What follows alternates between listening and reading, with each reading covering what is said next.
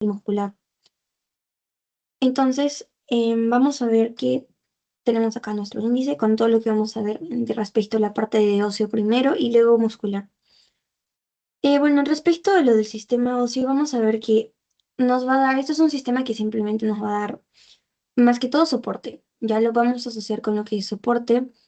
Y este soporte va a facilitar también, por ejemplo, el movimiento, también la protección de ciertos órganos y también sirve para almacenar ciertos minerales como por ejemplo el calcio y en algunos huesos va a ocurrir un proceso que es la hematopoiesis, ¿ya? Gracias a lo que posee la médula ósea. Entonces, vamos a ver la composición y el origen. Acá tenemos que un adulto va a contener al menos 206 huesos, que es lo normal que se conoce, pero esto es diferente en los recién nacidos. Los recién nacidos tienen más porque a lo largo de la etapa del ser humano van a empezar como a osificarse ciertos huesos que en un principio digamos que estaban partidos. Y es por eso que tendríamos mayor cantidad, como lo vemos acá, ¿no? Entonces, ahorita vamos a ver un poco de eso. Respecto justo al cráneo, por ejemplo, es uno de los que tenemos, que tiene más partes, digamos, más huesos. Y ya cuando somos adultos es como que casi solamente unos 4 o 5 por ahí nada más que tenemos. En fin, tenemos acá la división del esqueleto que va a ser se divide en el apendicular y el axial.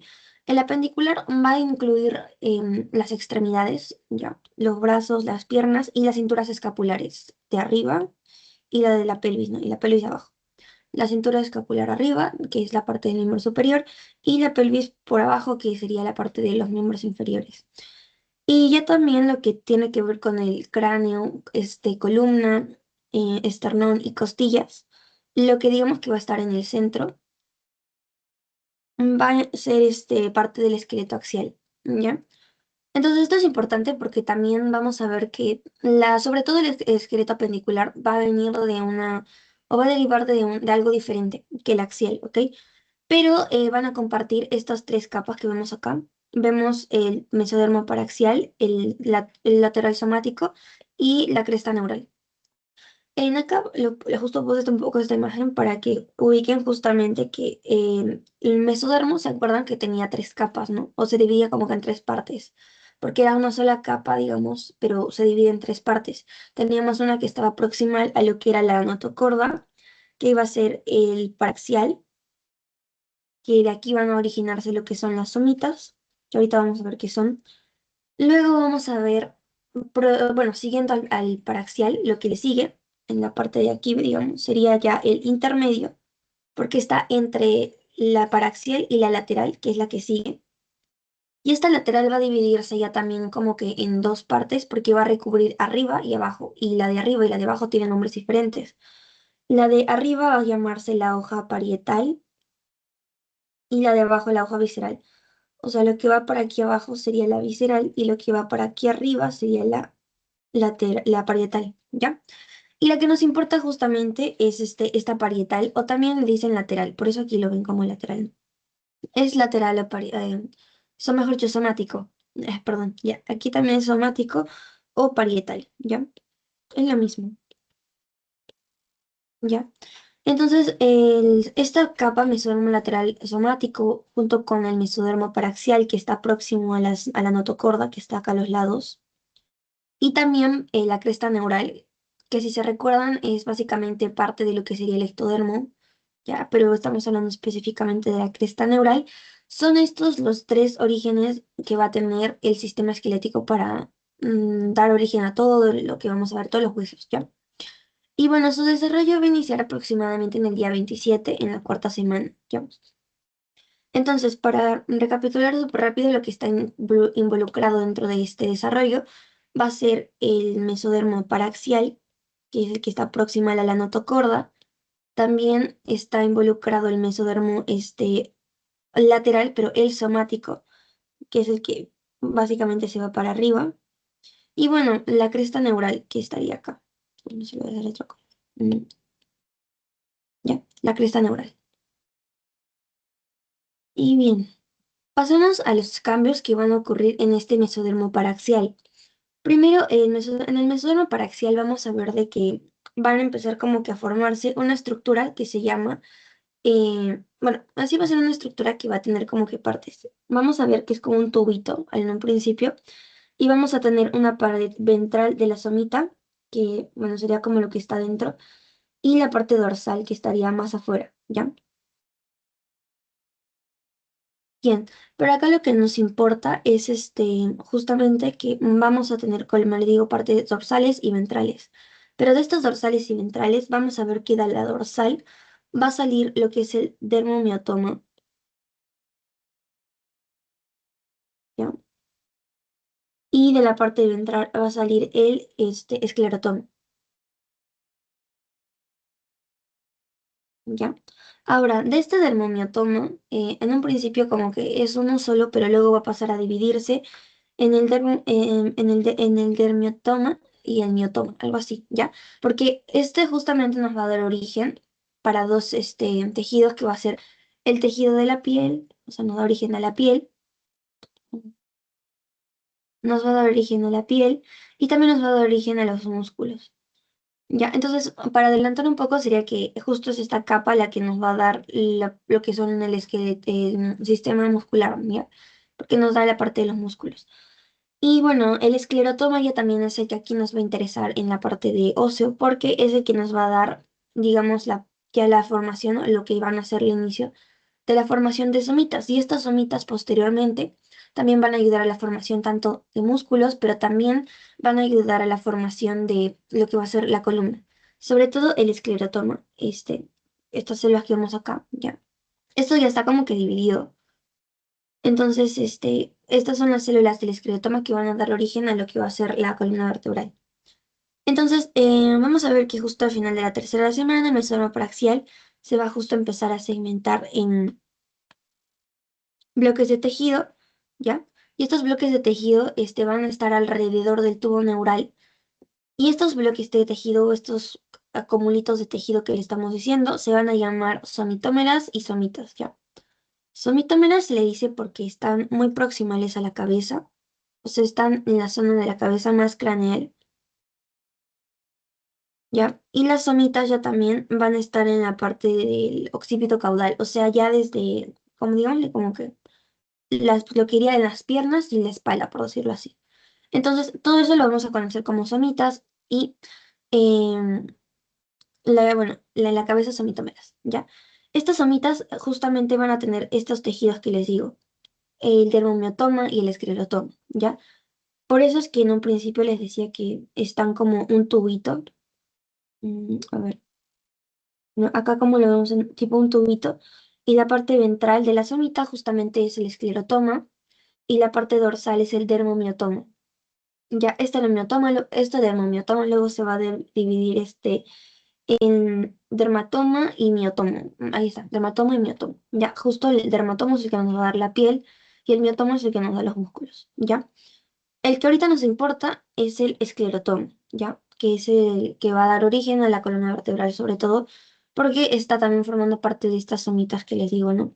Entonces, también vamos a ver que ya a final de esta tercera semana, este esclerotoma va a empezar a transformarse en tejido conectivo, ¿ya?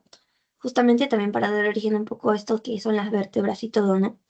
Ahora van a migrar justamente en una forma variada porque lo que tiene que pasar para, ahorita vamos a ver la parte de formación mm, de la columna sobre todo, pero estas células del esclerotoma tienen que migrar justamente a ciertas zonas para empezar como que a formar las vértebras, ¿no? Ahora, también aparte de que nos van a dar las células que van a formar la vértebra, que serían osteoblastos posteriormente, que van a ser osteoblastos, tienen que darnos otros tejidos como cartílago, por ejemplo, y para ello vamos a necesitar fibroblastos y condroblastos, ¿ya? Estos tejido conectivo, también cartílago, o sea, necesitamos de otras células como son los fibroblastos y condroblastos. Y estos también van a venir de esta capa que es el esclerotoma, ¿ya? Así como también estaba diciendo, los osteoblastos son los que provienen también de esta capa, para formar justamente células del músculo esquelético, ¿no? Ahora, dentro de esta diferenciación justo, para que, digamos, se pueda diferenciar el dermomiotoma, miotoma y esclerotoma, vamos a ver genes como el SSH y la noguina. La noguina lo expresa la notocorda y del tubo neural la parte de la base expresa el SH, ¿ya? Y también interviene un poco este gen del PAX1, ¿ya? Que ya se repiten acordado un poquito por la primera parte, pero ya. Entonces, para adelantarles, ya lo que va a pasar es que simplemente de lo que era como un tubito que les mencionaba en un principio, esta somita, va a empezar como que a abrirse y se va a diferenciar en lo que va a ser el miotoma, dermomiotoma, esclerotoma, y este esclerotoma, sus células, si se dan cuenta, están empezando como que a migrar en la parte posterior, también en la parte ventral, ¿no? Ya, y ahorita vamos a ver justamente por qué van a migrar así, para formar la columna, ¿ya? Entonces, pasamos ahora a la formación de estas somitas más específico. Van a ocurrir en el día 21. Ya vimos que van a provenir del mesodermo paraxial. ¿Por qué? Porque están muy proximales a lo que era el tubo neural y a la notocorda, ¿no? O sea, estas somitas se forman aquí, ¿ya? Entonces, van a provenir justamente de este mesodermo paraxial. Este es el que nos da origen a las somitas. Ahora, también vamos a decir que se van a formar en sentido, o sea, desde el cráneo hacia los pies, por decirlo así, en sentido cráneo-caudal. O sea, desde aquí por aquí, ¿ya? Entonces, va en este sentido. Ahora, a finales de la quinta semana vamos a ver que se van a formar entre 42 a 44 pares de somitas, ¿ya? Y de estas somitas habíamos dicho que hay unas, las que están más craneales, las que están más cerca del cerebro, son los somitómeras, ¿no? O somitómeros también. Y estos son los 7 primeros, ¿ya? Los 7 primeros que vamos a ver dentro de toda esta línea de somitas. Vamos a ver que los 7 primeros que están en la parte de la cabeza craneal son los somitómeros. Ahora, como les decía, justo van a haber capas como dentro de estas somitas, que eran el primero el dermomiotoma, que se va a dividir luego en dermatoma y luego en miotoma. Y el esclerotoma es una capa que, bueno, se mantiene desde un principio como esclerotoma, ¿ya? El dermatoma nos va a dar piel, dermis, y el miotoma nos va a dar músculos. Y el esclerotoma es justo el que nos da los huesos, que sería el, digamos, más resaltante, pero también vimos que nos da origen a otras células como los fibroblastos y condroblastos, por lo tanto también nos daría tejido cartilaginoso y también nos va a dar las células que van a también estar involucradas en otras articulaciones. Entonces, justo aquí vemos la parte de lo que les decía, las 7 primeras de aquí van a ser justamente los somitómeros, porque están en la parte más craneal, ¿ya? Y los que estarían posteriores abajo ya serían la parte de las somitómeros, o sea, mejor dicho, somitas, ¿ya? Todas las que van a ir desde la parte bueno, caudal, ¿no? Desde la parte caudal. Ahora, si se dan cuenta, esto también se está guiando bastante con lo que es la línea primitiva y el nodo de Hens. Bueno, ese es el nodo que hemos visto primero, pero la notocorda, si se dan cuenta, está interviniendo acá bastante porque nos está ayudando como que a guiar justamente dónde tiene que formarse también estas somitas, ¿no? Porque tienen que ir a su lado. Y aparte, digamos, la dirección que tiene que tener la formación de somitas, porque se está dando en una línea recta y está siendo casi ordenada. Entonces, esta es una función muy importante también que tiene la notocorda, como que de direccionar, ¿no? Ya, entonces, justamente esta notocorda es la que ayuda como que a guiar también esta formación de somitas. Ahora, los cambios que va a haber en el mesodermo lateral ya también, en el lateral somático, no se olviden, o también en el lateral parietal, era. En este va a haber una derivación sobre todo de la parte del sistema, bueno, de esta parte apendicular que les mencionaba del sistema esquelético, ¿ya? Nos va a dar sobre todo el esqueleto apendicular. Y esto de que apendicular les decía que iba a involucrar justamente a la cintura escapular, a la pelvis, las extremidades y el esternón, ¿ya? Bueno, el esternón más o menos, ya, porque también va a estar involucrado, pero sobre todo nos va a dar extremidades, pelvis y la escápula. Entonces, nuevamente aquí se ve mejor la parte de...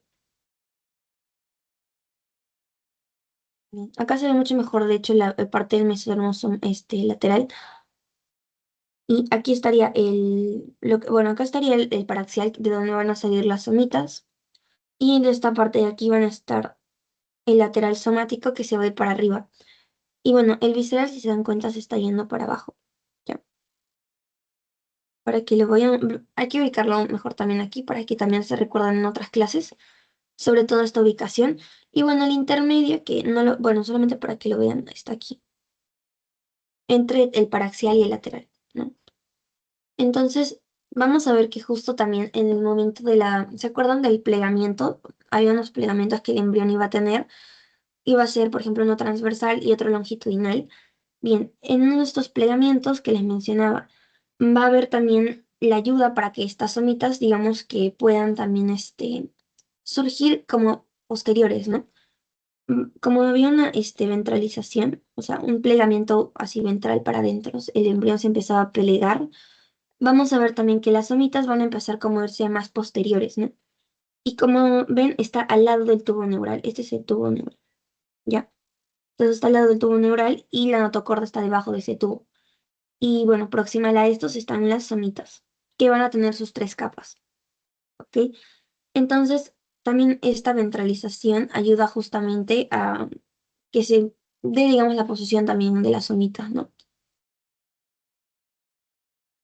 Ahora, las células de la cresta neural ya también, vamos a ver que de la cresta neural, no sé si se acuerdan que una vez les mencionaba ya, de que en la cresta neural, sus células, al momento en que se forma el tubo neural, hay como que un restito que queda de estas células, que digamos que al momento que se pegaron a ambos lados, hay un restito que queda arriba. Y ese restito nos va a dar origen a otras células, a varias células, porque van a migrar a varios lados, ¿ya? Y entre estas células, justamente, cuando les decía, hay la formación del tubo neural, estas crestas neurales nos dejan como que estos restitos de célula que les menciono aquí, ¿ya? Que se le conoce como células de la cresta neural que van a migrar a diferentes zonas y van a darnos origen, por ejemplo, dependiendo de a dónde migren, sobre todo. Si van como para la parte del ectodermo, nos iban a dar células de Schwann, melanocitos y también otras neuronas. Si, por ejemplo, van a la parte del mesodermo, aquí la que nos importa, nos iban a dar células lisas musculares, ¿ya? También nos van a dar condrocitos, adipocitos y osteoblastos. Pero, como les digo, depende de como que a dónde migren, ¿no? Pero estas células, digamos, migran a diferentes zonas y dependiendo de a dónde van a convertirse en una célula diferente. Entonces, justamente, ¿por qué ocurre esto? Porque hay un tejido, digamos, em, muy importante, que seguro lo van a ver también de repente en historia, lo han visto, que es el mesénquima, ¿ya? Estas crestas neurales, estas células de la cresta neural que han quedado aquí como un restito que les decía, que no ha sido utilizado para nada, van a diferenciarse en mesénquima, ¿ya? Y este mesénquima van a ser simplemente células que pueden convertirse en lo que quieran, ¿ya? En cualquier tipo de célula se pueden convertir, ¿ok? Por eso es que cuando van a migrar pueden convertirse en diferentes células, dependiendo también de dónde migran, ¿no? Porque, por ejemplo, en un ectodermo no vamos a ver, por ejemplo, o no necesitamos ver simplemente células de tejido muscular, por ejemplo, ¿no? Porque ustedes saben que del ectodermo sale sobre todo la parte de nervioso y piel, ¿no?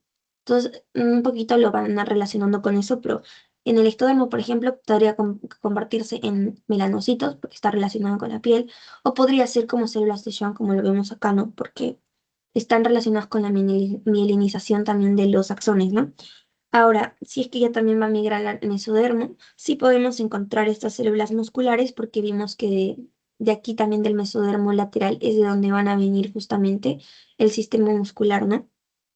Entonces, ahí para que lo relacionen un poco, pero ¿por qué es importante? Porque estas células se van a diferenciar, como les decía, en mesenquima. Y este mesenquima nos da un montón de células. Estas células mesenquimales se pueden convertir en lo que quieran, ¿ya? Así para que lo recuerden más fácil. Ahora, justamente van a ayudar a contribuir también la parte del esqueleto, del esqueleto del cráneo, ¿ya? Y también de la cara, por eso el esqueleto craneofacial, ¿ya? Ahorita vamos a ver la formación del cráneo, pero justamente las células de la cresta neural, como están relacionadas un poco con cerebro, cabeza, más o menos asocian un poco que viene, o sea, que tiene que venir, de dónde tiene que venir como que la parte que forma el cerebro, cabeza, relacionarse un poco. Bueno, tiene que venir del ectodermo. ¿Y de qué parte específicamente del ectodermo está involucrado en la formación de lo que va a ser el esqueleto, en la cresta neural? ¿Ok?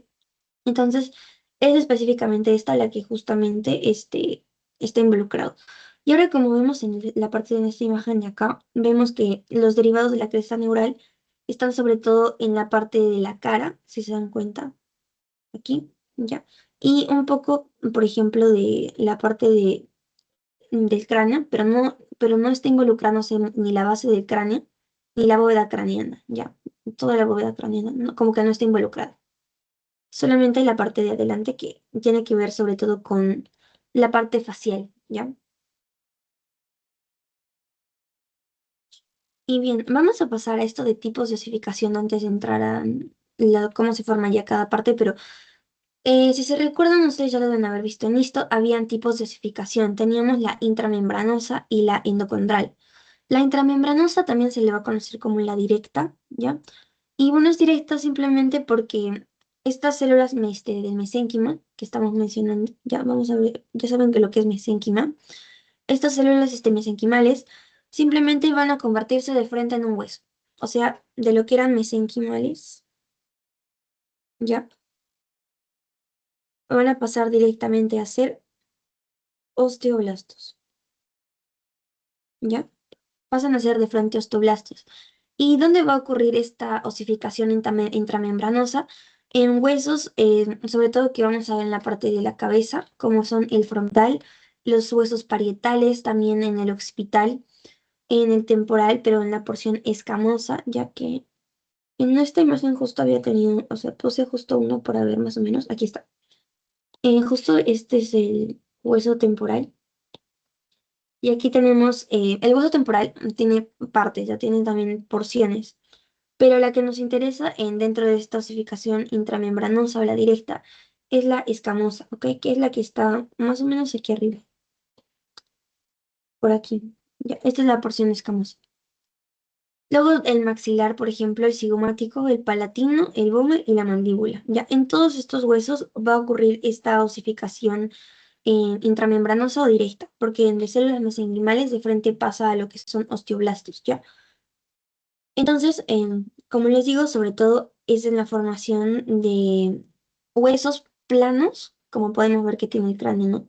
El parietal, el occipital, el cigomático, el vómer que no se ve acá, pero está dentro ya de aquí, ya. Luego está el temporal, pero la porción escamosa.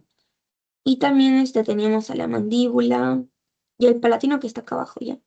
Pero, o sea, son huesos y los asociamos son huesos planos, ¿no? Ya, ahora vamos a pasar ahora con la endocondral.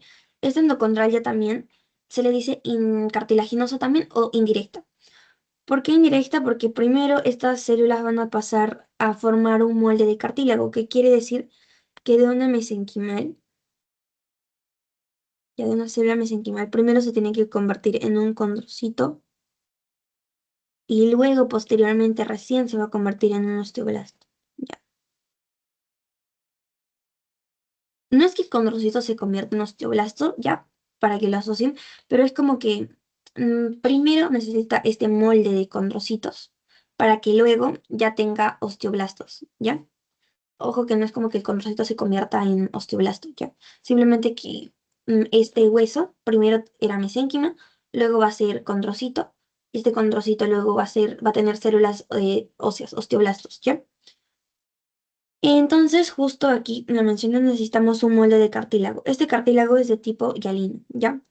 Entonces, primero, tiene que convertirse en este molde, tiene que dar primero este molde, esta forma, este molde para que recién se convierta en un hueso. Y esto ocurre sobre todo en lo que le van a decir huesos largos y así, ¿no? Pero, obviamente, por ejemplo, si les digo etmoides, no es un hueso largo, o sea, no lo asocian tanto, ¿ya? Huesos largos porque sobre todo está involucrado en el esqueleto apendicular, ¿ya? Por eso son en los huesos de las extremidades y también en las cinturas de las extremidades, ¿no? O sea, en la cintura escapular y en la pelvis. Ahora también va a estar interviniendo en la formación, bueno, esta formación de hueso está interviniendo en estos huesos que son los más chiquititos que vamos a ver en el cuerpo, que son el martillo, yunque y el estribo, ya que los vamos a encontrar en el oído. Y a su vez también vamos a ver, em, también van a formar la parte de una porción del occipital, pero también vamos a ver justo eso que les decía, el etmoides y el esfenoides. Estos, huesos van a estar, digamos, formando lo que va a ser un poco la base del cráneo. Estos están dentro, ¿ya? Justamente acá hay una imagen, esta, ¿ya? La parte de azul, esto justamente nos hace alusión a lo que es el esfenoides, ¿ya? Y bueno, el etmoides es esta parte de acá adelante, ¿ya? Estos dos huesos, sobre todo, como pueden ver, están casi dentro, entre todos los huesos que va a haber dentro de la cabeza. Estos están ahí bien adentro, ¿ya? Entonces son estos los que van a tener también esta formación de tipo endocondral. Ahora, ¿y cómo se da esta formación, esta osificación endocondral? Primero les decía que tenemos que tener las células mesenquimales tienen que tener primero un molde, ¿no? Entonces tenemos mesénquima en un principio, empieza a formar cartílago porque se empiezan a diferenciar en condrocitos y empieza a crearse tipo un collar óseo, también le dicen, ¿ya? Pero aquí, como nosotros ya sabemos, tiene que llegar vasos sanguíneos, ¿no? Entonces, si nos llegan vasos sanguíneos, vamos a ver que al momento de formar este molde de cartílago, este molde de condrocitos, estos vasos sanguíneos van a empezar a traernos, ya para hablar de osificación, van a empezar a traernos los osteoblastos, ¿ya? Y son estos los que van llegando, osteoblastos van llegando y van empezando a osificar el hueso. Ahora, esta osificación se va a dar, desde el centro, ¿ya? Es como que va del centro para los extremos.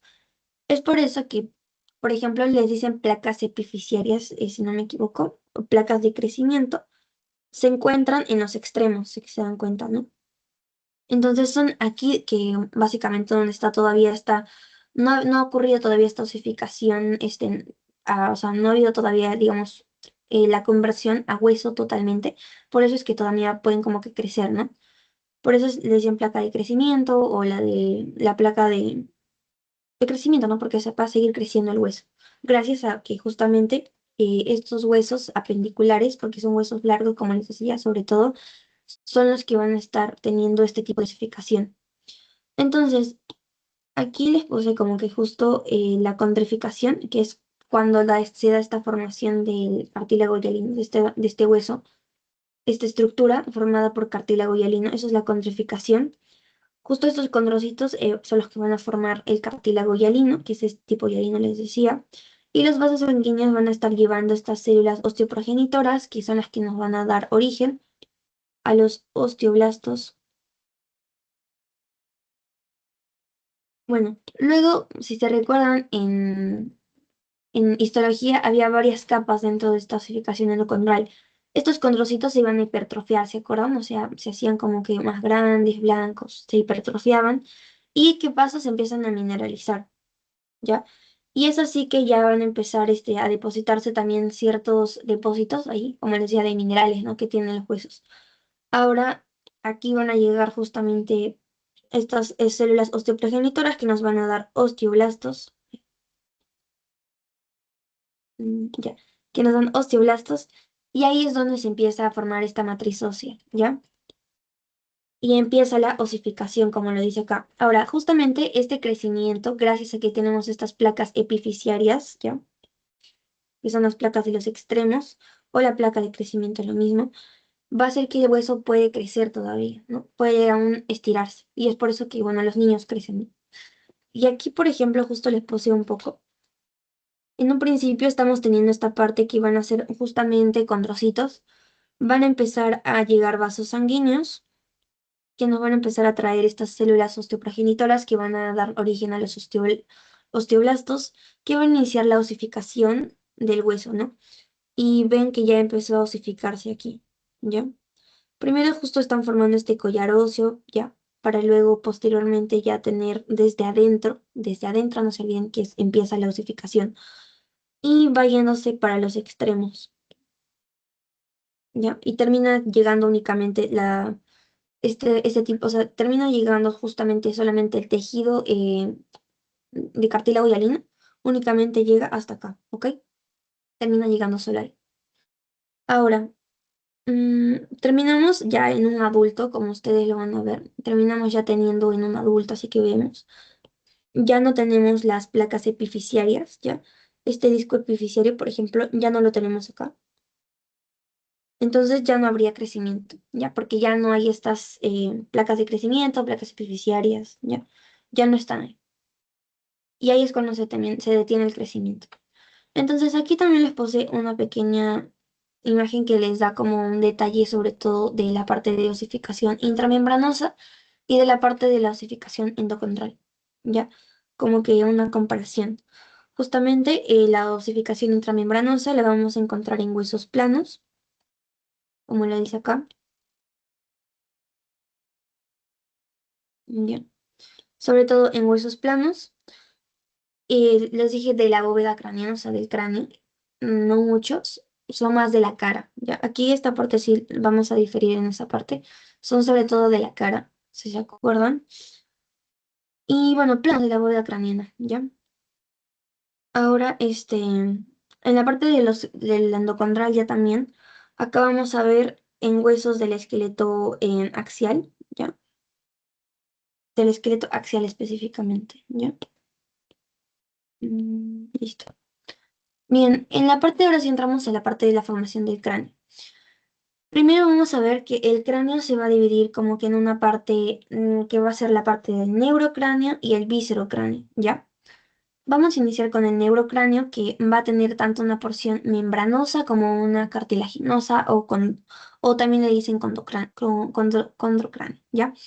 El neurocráneo, esta parte membranosa, se va a dar por osificación intramembranosa, ¿ya?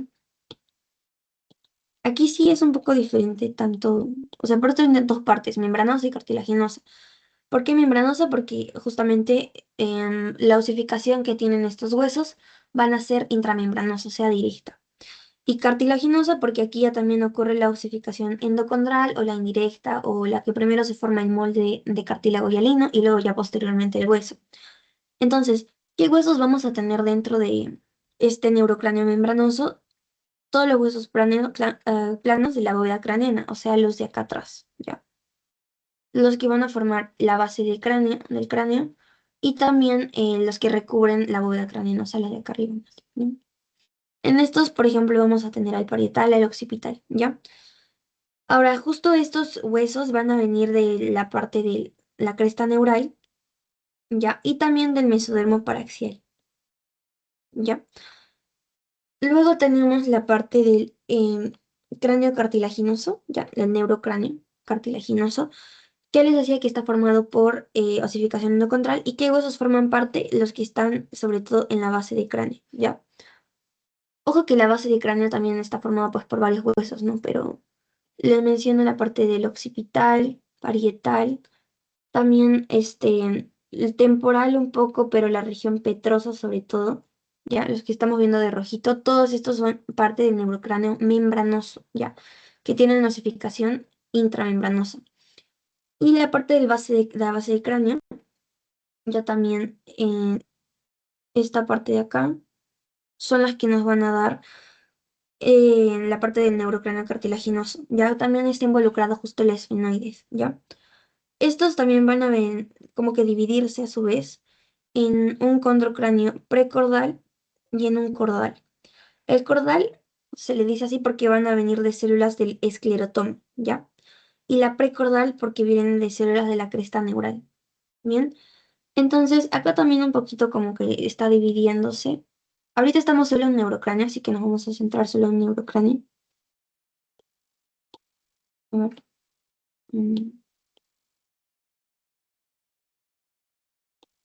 mm, ya, ahora sí. Bien, entonces tenemos justo la parte del neurocráneo. La parte que está de verde, acá, ya todo lo que está de verde, tanto aquí como aquí, son los huesos que están proveniendo del neurocráneo cartilaginoso, ¿ya? Acá también tenemos que involucrar al neurocráneo membranoso ya también, que son las partes que están de amarillo, o sea, estas zonas de acá, ¿ya? Sobre todo la parte de lo que les decía atrás, el parietal, ¿ya? Esta parte de amarillo es el membranoso.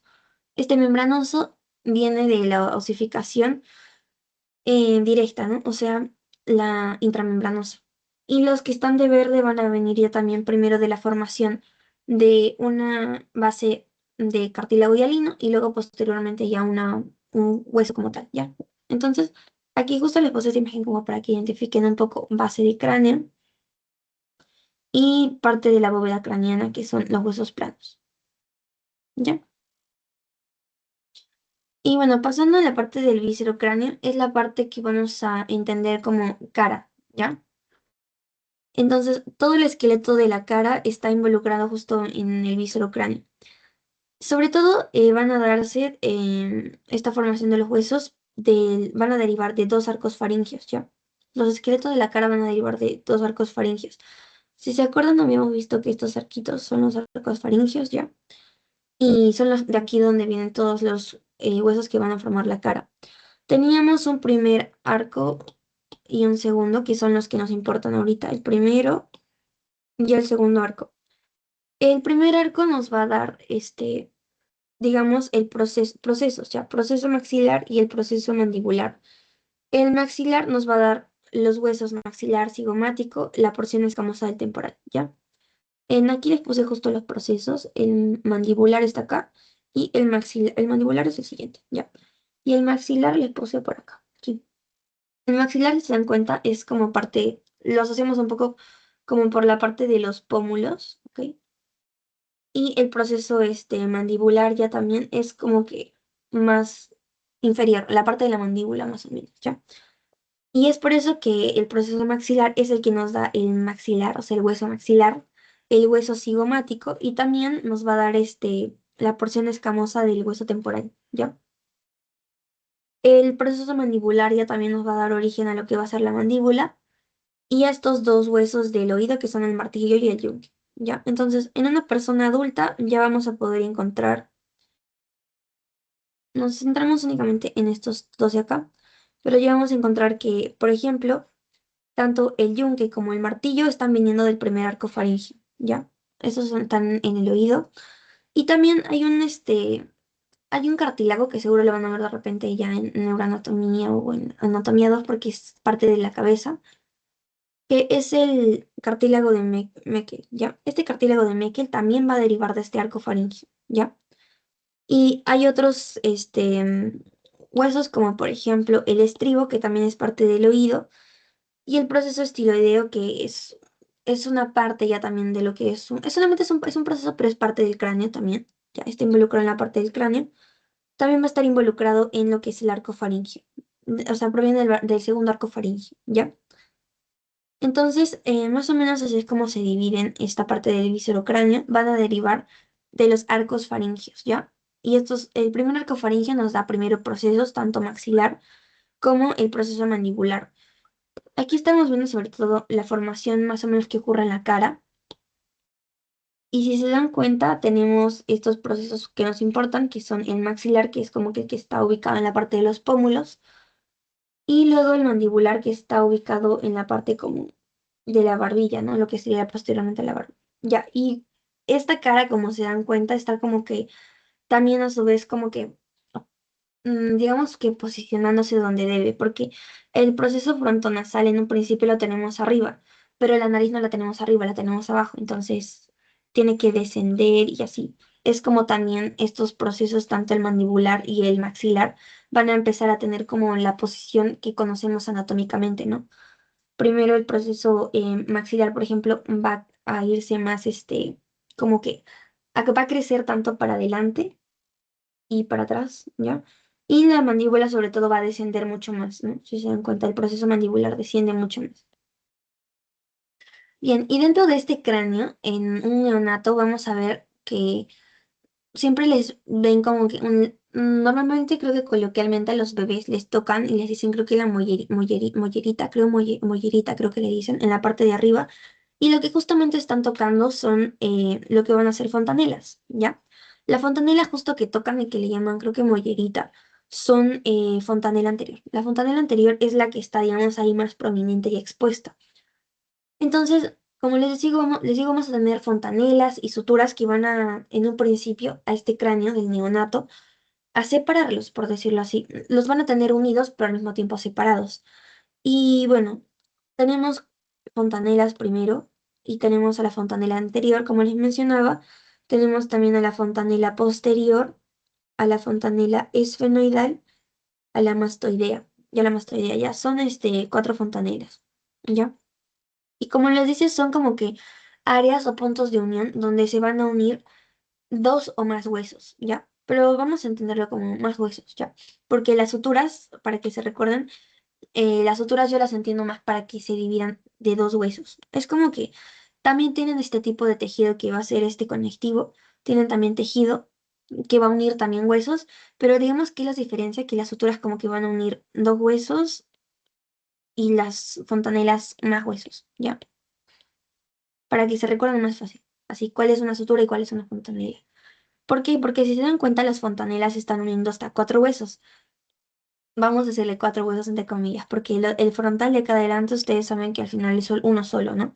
Pero sí tenemos dos parietales, por ejemplo, ¿ya? Entonces, aquí estamos formando en total como que cuatro huesos y se convierte en una fontanela anterior. Está uniendo, esta fontanela anterior, fíjense que está uniendo tanto a a los huesos parietales, como les digo, los parietales, y al frontal, que en un principio está dividido en dos, ¿no? Y la fontanela posterior está uniendo al occipital con los dos, parietales, ¿ya? Ahora, la mastoidea ya también está uniéndonos el temporal, el parietal y el occipital, ¿ya? Ven que también son más de dos. Y la esfenoidal nos está uniendo el parietal, también nos está uniendo el frontal, el temporal. Y bueno, se le dice esfenoidal porque aquí debajito estaría mejor visto el esfenoides, pero aquí estamos viendo una de las alas del esfenoides, ¿ya? Esto que ven acá es una de las alas del esfenoides, ¿ya? Entonces, por eso se le llamaría esfenoidal. Ahora, las suturas ya también vamos a ver que tenemos la coronal, la sagital, la lamboidea, la escamosa y la frontal, ¿ya? En aquí tenemos ya también cinco suturas. Y si se dan cuenta, son entre dos huesos, porque vemos la frontal, por ejemplo, que está, en un principio les decía dos huesos frontales, por decirlo así, están dividiéndose en dos, entonces aquí va a haber una sutura frontal. También vamos a tener una sutura coronal, ya que está dividiendo, está entre ella también el hueso frontal con el de atrás, que es el parietal, y hay uno en cada lado, ¿no? Ahora, ya también tenemos a la sutura lamboidea. Ya, bueno, primero la sagital que está uniendo a los dos parietales, ya son dos huesos. La lamboidea que está uniendo ya también al occipital con los parietales, ¿ya? Y bueno, la escamosa que está uniendo a al temporal, ¿ya? Con el parietal, ¿ya? Entonces, ¿por qué necesitamos de fontanelas y suturas? Porque son estas en un principio, en el neonato, ya. Pues en un adulto ya no las tenemos, pero en un neonato son necesarias para justamente facilitar el moldeamiento en el parto, ¿ya? Porque al momento del parto, estas suturas y fontanelas, estos huesos, gracias a que tienen esto, van a poder sobreponerse una sobre otra. Y justamente en el momento del parto va a haber este moldeamiento, lo que va a permitir que nazca el feto también, ¿no? Entonces, el bebé, ya, el neonato, ya. Entonces, justamente para esto también sirve. Ahora, también sirve porque durante todo el crecimiento, ya, todo el crecimiento de un ser humano, obviamente hay una temporada también donde tiene que crecer el cerebro. Y justamente permite el crecimiento del encéfalo y justamente necesita esta bóveda craneana en un principio estar moldeable para que se extienda y todo, ¿no? Es por eso que necesita justamente de estas fontanelas y suturas para que en el crecimiento del cerebro no estén tampoco ni comprimiendo, ¿ya? Ahora también se utiliza también ya esto ya un poco más clínico para poder, digamos, medir la presión intracraneal en los neonatos, ¿ya? Porque simplemente palpitando lo que se le va a conocer como bregma posteriormente a la fontanela, ¿ya? Se le va a conocer ya posteriormente como bregma, justamente van a evaluar ahí tanto la presión intracraneal como la osificación que está teniendo el cerebro. Esta es la mollerita que les digo, ¿ya? Esta mollerita se les toca normalmente en parte clínica, ya se les toca para evaluar si está habiendo una osificación ya, o sea, cómo va la osificación. y también para medir como que la presión intracraneal, ¿ya? Ahora, justamente vemos que la fontanela anterior, esta de aquí, va a cerrar a los 18 meses más o menos, y ya posteriormente, posteriormente la posterior. La posterior es la que ya cierra después. Entre los no, perdón, la posterior es la que cierra primero 1 y 2 meses, y a los 18 meses ya cierra la anterior, ¿ya? Primero cierra la posterior y luego cierra la anterior, ¿ya? Esto porque también, como les digo, en la parte clínica justo necesitan de la palpación de la parte aquí que les digo, Bregman o fontanela anterior, para medir la presión intracraneal y también la osificación que están teniendo estos huesos. Y bueno, si se dan cuenta, en un adulto ya no se van a ver estas fontanelas y suturas. Y justamente entre los 5 y 7 años, el cráneo ya tiene como que su tamaño correcto, total, y tienen que osificarse, ¿no? Ya no se necesita. Ahora, hay anomalías craneofaciales que vamos a ver ahorita, como la cranoquisis, ¿ya? Y esto justamente, la parte de cráneo y la deformación, sobre todo de este tipo, sobre todo ocurren por acción de teratógenos, ¿ya? Y ya habíamos mencionado más o menos que era un teratógeno en las clases pasadas, si no me equivoco, ya les mencioné. Entonces, estos teratógenos justamente van a afectar este desarrollo de cráneo y cara, ¿ya? Y pueden llegar a, por ejemplo, causar anencefalia o también meningocele, meningoceles o meningohidroncefalocele, ¿ya? Esto ya es como que lo mismo, pero dependiendo de la gravedad tiene otro nombre, ¿ya? Porque cranioquisis es como que una anomalía así en general, pero dependiendo de la gravedad ya tiene otro nombre. Por ejemplo, si es total, va a ser la anencefalia, o sea que no tenemos la bóveda craneana, tampoco tendríamos cerebro, ¿no? Y obviamente esto es incompatible con la vida. La parcial ya también aquí vemos que hay un cierre de la bóveda, o sea, tenemos bóveda craneana, pero digamos que hay un espacio que no ha cerrado totalmente, donde no tenemos este huesito que va a completar la bóveda craneana. Y es ahí donde vamos a ver justo la meningocele, meningocele y meningohidroncefalocele. Que esto lo podemos relacionar un poco con lo que era espina bífida, si se recuerdan, ¿ya? Un poco por ahí. Bien, pero dependiendo de justamente qué tejidos están fuera, lo vamos a ir clasificando. En la figura A, en la A, por ejemplo, es ahí donde vamos a ver este tipo bultito, algo así como habíamos visto en la espina bífida, por ejemplo. Y dependiendo si es que salen únicamente meninges, aracnoides dura madre, ya, meninges, ¿ya? Y luego, por ejemplo, sale aquí tenemos justo el espacio suprarganoideo, o sea, simplemente es como un espacio que está vacío, ¿ya? Meningocele, ¿ya? Si es que ya empieza a salir otros tejidos, como por ejemplo, una parte de algún lóbulo o ya parte del cerebelo, por ejemplo, dependiendo de dónde esté, ahí ya va a tener va a ser meningoencefalocele, ¿ya? Tiene otro nombre. Y ya, bueno, la meningo hidroencefalocele también cuando tenemos este líquido cefalorraquídeo, también parte de su tejido neural y también obviamente las meninges, ¿no? Ahora, las anomalías de otras craneofaciales tenemos a la craneocitosis, como por ejemplo, esta craneocitosis es o bueno, ocurre sobre todo porque ha habido un cierre precoz o prematuro de las fontanelas, ¿ya? Y vamos a tener aquí la escafocefalia, la bradicefalia, la cetalia, mejor dicho, plagiocetalia, la trinocetalia y la turricefalia. Ya, la más común de todas estas es la escafocefalia, ¿ya?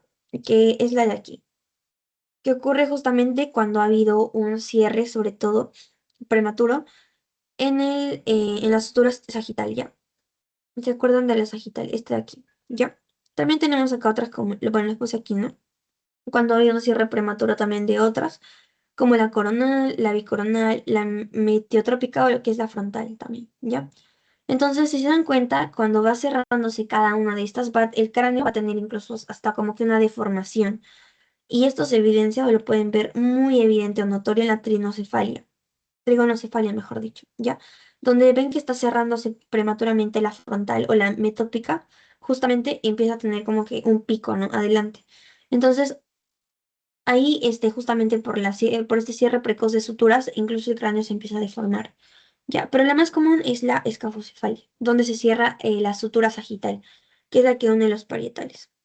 Y las displasias esqueléticas, bueno, hemos visto hemos visto justo la condroplasia, que justamente veíamos que una de las características es como que hay una prominencia en el cráneo, ya, hay una prominencia justamente acá. Entonces son unas displasias esqueléticas que ocurren. También hay otras displasias como la tanatofórica y la hipocondroplasia, ¿ya? Otras displasias son más generalizadas, o sea, mucho más generales, como la disocitosis clinocranial. Pero estas ya como para que recuerden simplemente como que enfermedades. Pero aquí, por ejemplo, sí pueden asociar lo que están aprendiendo de suturas y todo, ¿no?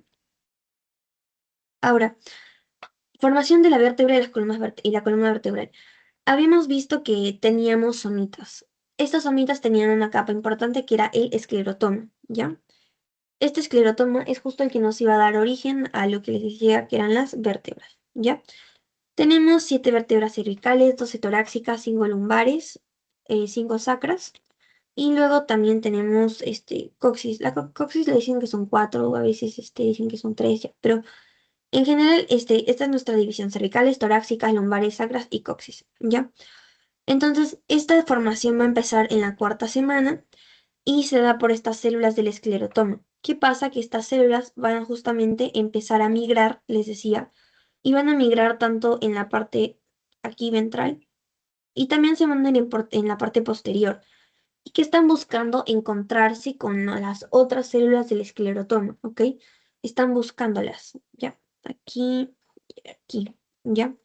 Entonces están buscando como que unirse y es en ese momento que se van a unir, van digamos que rodear a todo el tubo neural. Y ahí es cuando va a empezar la formación de lo que va a ser las vértebras. Entonces, estas células del esclerotoma, como les digo, están migrando alrededor de lo que va a ser el tubo neural, que posteriormente es, bueno, la médula espinal y también de la notocorda, ¿ya? Ojo que también rodean a la notocorda, ¿ya? No la dejan afuera, también la tienen que rodear. Y bueno, se van a funcionar justamente con las del lado opuesto, como les decía. Están buscando encontrarse contralateralmente, ya tanto por atrás como por adelante. Ya.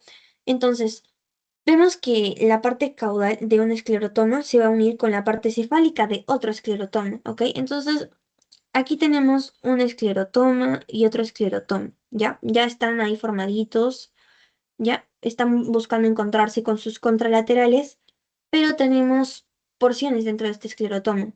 Va a haber una mitad que es la caudal,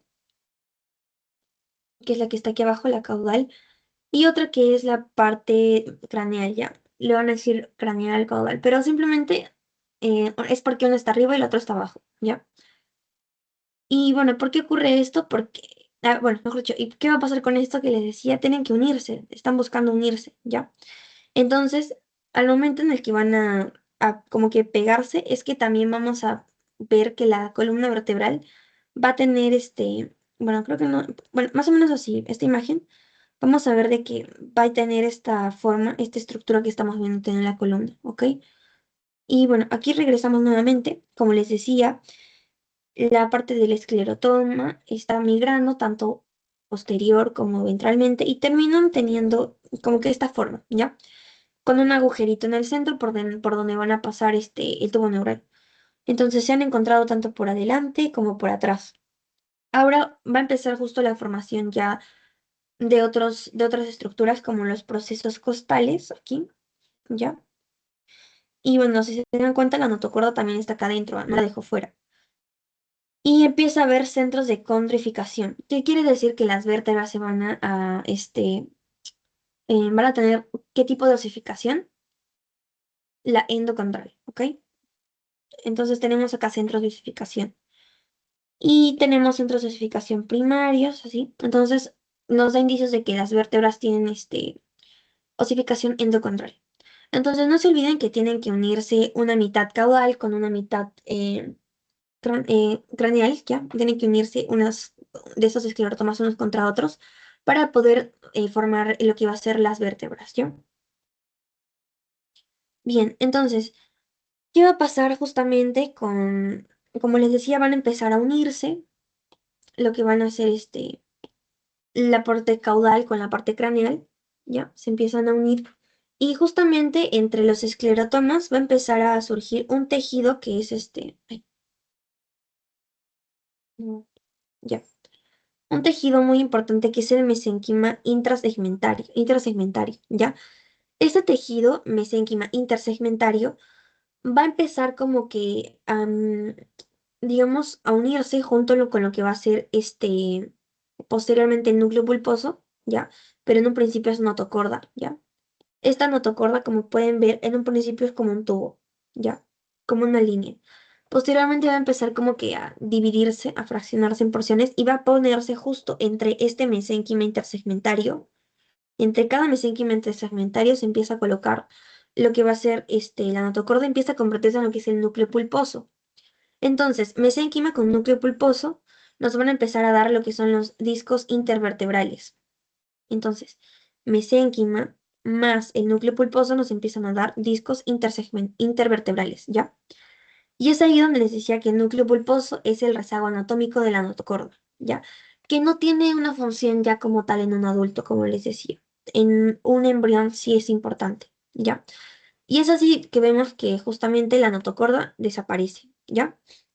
Ahora, justamente vemos que a los lados también de cada vértebra estamos viendo la presencia de miotomas, ¿ya? Porque si se recuerdan, miotomas tienen que estar también próximos a los esclerotomas, pero ya no tenemos esclerotoma. El esclerotoma se ha convertido en vértebras, ¿ya? Entonces tenemos aún a los miotomas, ¿ya? Y bueno, de cada partecita del mesénquima también van a empezar a salir lo que son los nervios espinales, ¿ya? Que van a empezar a salir por los forámenes intervertebrales y bueno, también van a pasar arterias por el centro de la vértebra. Pero bueno, esto ya es un poco anatómico para que lo vayan viendo, ¿no? Entonces, acá también les puse esta imagencita donde justo se ve un poco esta migración que van a tener en la parte del esclerotoma para explicarles. Bueno, acá se supone que tendríamos esclerotoma y tiene que migrar posterior para encontrarse una con la otra, con su contralateral. Y también tiene que migrar ventral, ¿no? Para encontrarse con su contralateral. Y a ese momento se dan cuenta que está rodeando a lo que es el tubo neural, ¿no? Y lo termina rodeando y dentro termina como que encapsulando al mismo tiempo la notocorda, no la deja fuera. Esta notocorda empieza como que a convertirse en lo que es el núcleo pulposo, o sea, empieza como que a fragmentarse, se convierte en el núcleo pulposo y junto con estas células de mesénquima intersegmental, o sea, lo que les decía acá, intersegmentarias, se empiezan a unir para formar los discos intervertebrales, ¿ya? Justo las que están aquí. Estas células mesenquimatosas intersegmentales son las que van a empezar a unirse junto con el núcleo pulposo y nos terminan dando discos intervertebrales, ¿ya?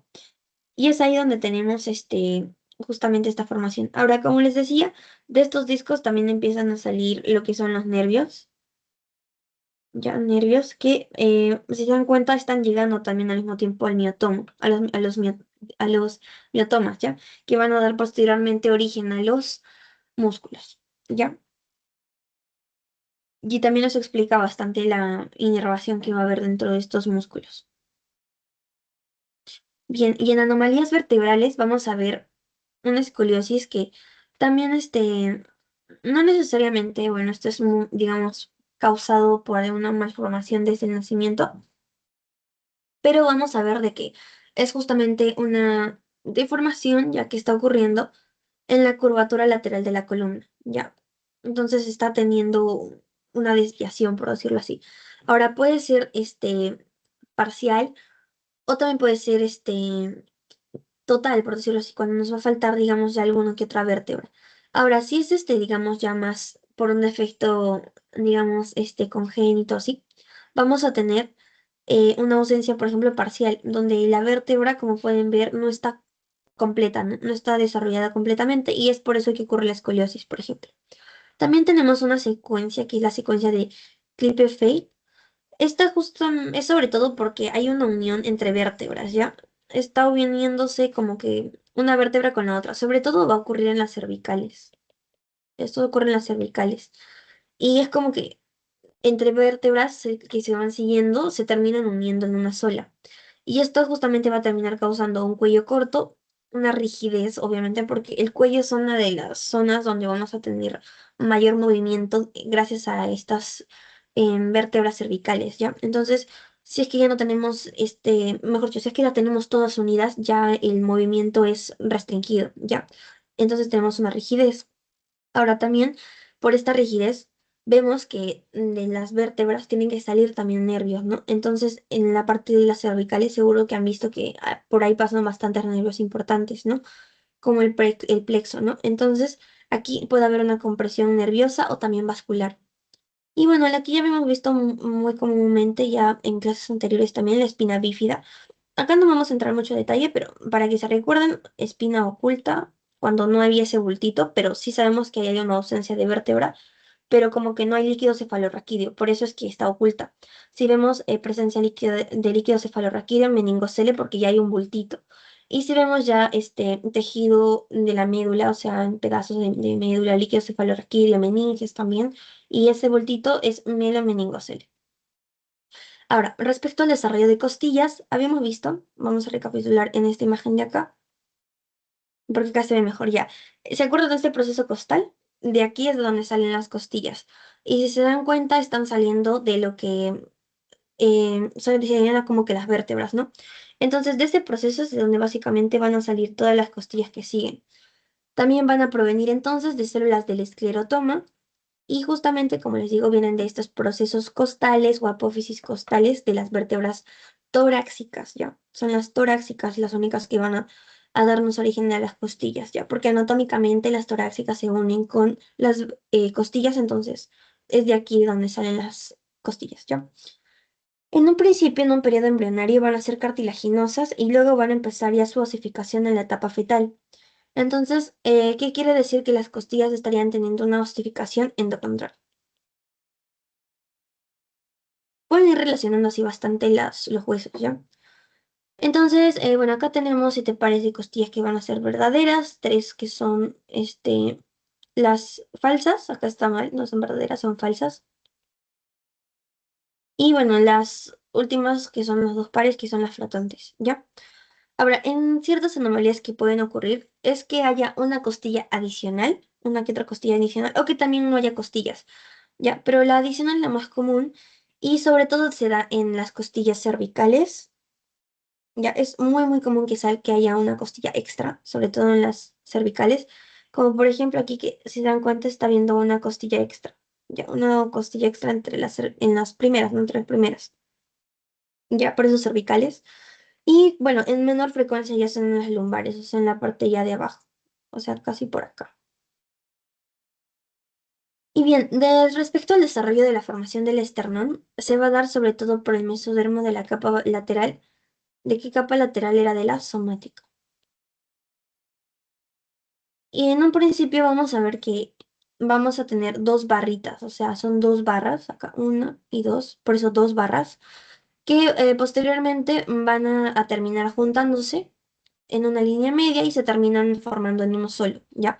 Entonces, primero tenemos 2 bandas, 2 barras externales, ¿ya? Se terminan juntando, ¿ya? Se fusionan.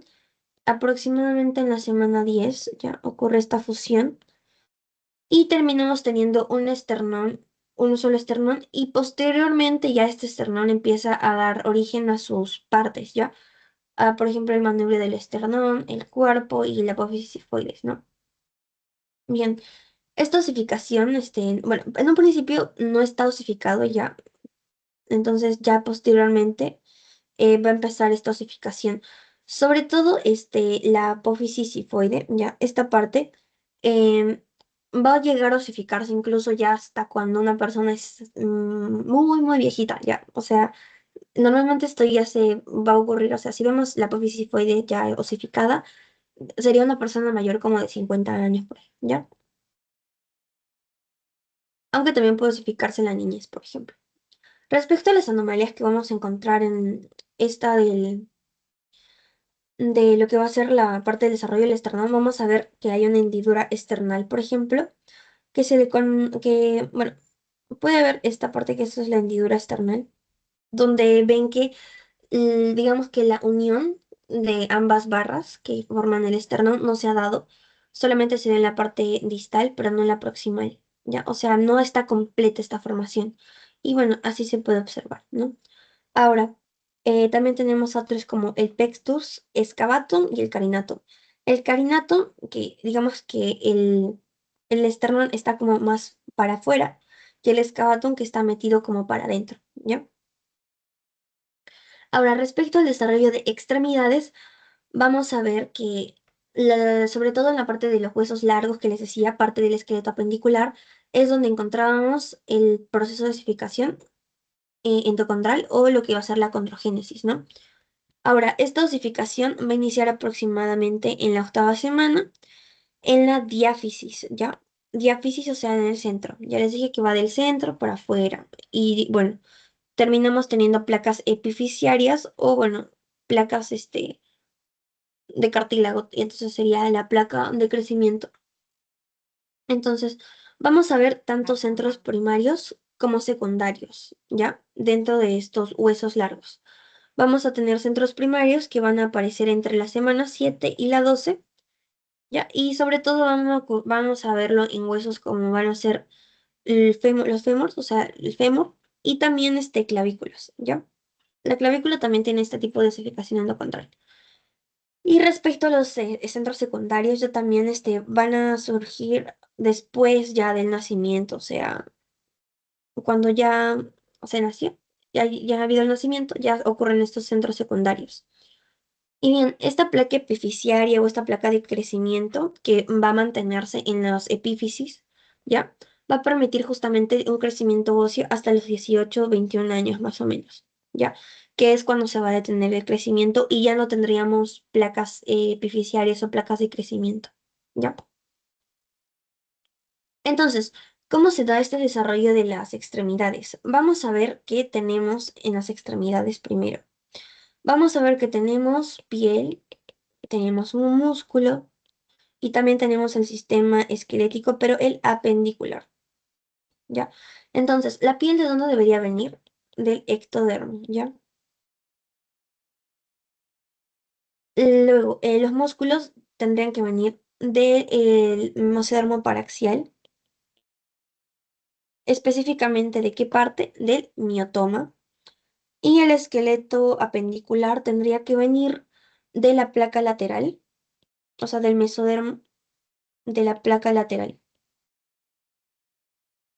¿ya? Entonces, estos tres son importantes en las extremidades. Tenemos piel, tenemos músculo y tenemos el esqueleto apendicular. Entonces, la piel viene del ectodermo, el músculo viene del mesodermo paraxial y el apendicular viene de la placa lateral, ¿ya? Del mesodermo a la placa lateral. Ahora, bueno, ahora les digo que tiene que iniciar justamente en la 4ª semana, en el día 28, ¿ya? Entonces, ¿qué ocurre? En esta 4ª semana, sobre todo, se va a dar como que una pequeña formación de una estructura que es muy importante, ya en esta 4ª semana, que va a ser la CEA, ¿ya? Ya que es la cresta ectodérmica apical. Ahí está, ya. Le voy a poner acá así. Ah, bueno, aquí está, de hecho, ya. Cresta ectodérmica apical. Eso es la CEA, ¿ya? Entonces, bueno, aquí está al revés, cresta apical ectodérmica, pero es lo mismo, se entiende más o menos lo que es, ¿no? Ya, la cresta ectodérmica apical. Entonces, ¿qué es esta cresta ectodérmica apical? Es como una pequeña evaginación que va a empezar a crecer en la pared lateral del cuerpo, o sea, en los lados, ¿ya? Y vamos a tener tanto una sea para arriba como para abajo, ¿ya? Entonces, esto es lo que nos va a ayudar a desarrollar justamente los miembros, tanto superiores como inferiores. Primero se van a formar los superiores, ¿ya? Los que están acá arriba. Y como 1 o 2 días después empieza a formar los de abajo, ¿ya? Los inferiores. Primero se forma esta cresta de acá arriba, luego ya se forma la de abajo, ¿ya? Entonces, en un primer momento tenemos esta sea, que es la cresta ectodérmica apical, que justamente va a tener vamos a ver ahorita, mesénquima también dentro de esta, ¿ya? Ahorita, por ejemplo, acá tenemos mesoectodermo, ya que es como que vamos a ver qué es cresta ectodérmica apical porque tiene una capita que lo rodea de ectodermo, que es justamente lo que nos va a ayudar a tener lo que es la piel, ¿no? ¿Se acuerdan de la piel? Y bueno, justamente, como les digo, también va a tener mesénquima. Ahorita lo vamos a ver. Y bueno, ya para la quinta semana vamos a tener que esta sea, ya tiene una fase un poco más avanzada, que es la fase de yema. Aquí es donde vamos a tener un núcleo mesenquimatoso que nos va a ayudar a la formación de hueso, que les decía, ahorita vamos a ver, hueso y también tejido conectivo. Y la capa del ectodermo apical, como es esta capita ya que les decía que es finita, que está por fuera, nos va a ayudar a formar sobre todo estructuras superficiales, piel, ¿no? Entonces, esta cresta ectodérmica apical es básicamente un engrosamiento de donde van a surgir las extremidades, ¿ya? Entonces, en la fase de yema tenemos núcleo mesenquimatoso, o sea, lo que está acá dentro, el núcleo, o sea, como dentro, eso sería mesénquima, que posteriormente va a pasar a diferenciarse en hueso y también en tejido conectivo, ¿ya? Y bueno, la capa de afuera, que es la del ectodermo, que nos da la piel. Ahora, ya para la sexta semana, ya también vamos a ver que estas placas van a empezar a tener constricciones, ¿ya? Estas constricciones son importantes porque nos van a ayudar a tener divisiones en las extremidades, ¿ya? ¿Qué quiere decir? Que nos va a ayudar a tener brazo, antebrazo y mano. Y en las superiores. Y en las inferiores, muslo, pierna y pie, ¿ya? Entonces, aquí vamos a ver primero una primera constricción, ya, una constricción perimetral. Esta es la primera. Y la segunda es la segunda constricción, ya. Pero la primera constricción, primera, le decimos. La primera constricción va a ayudar a diferenciar obviamente una parte proximal y una distal. ¿Qué vamos a tener de esa primera constricción? Vamos a ver que nos ayuda a dividir el brazo,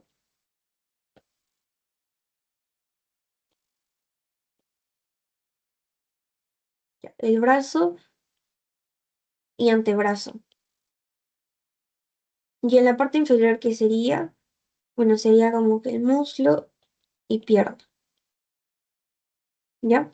Y en la parte de la segunda constricción, ya también que nos ayudaría a delimitar antebrazo y mano. Y en la parte de abajo sería pierna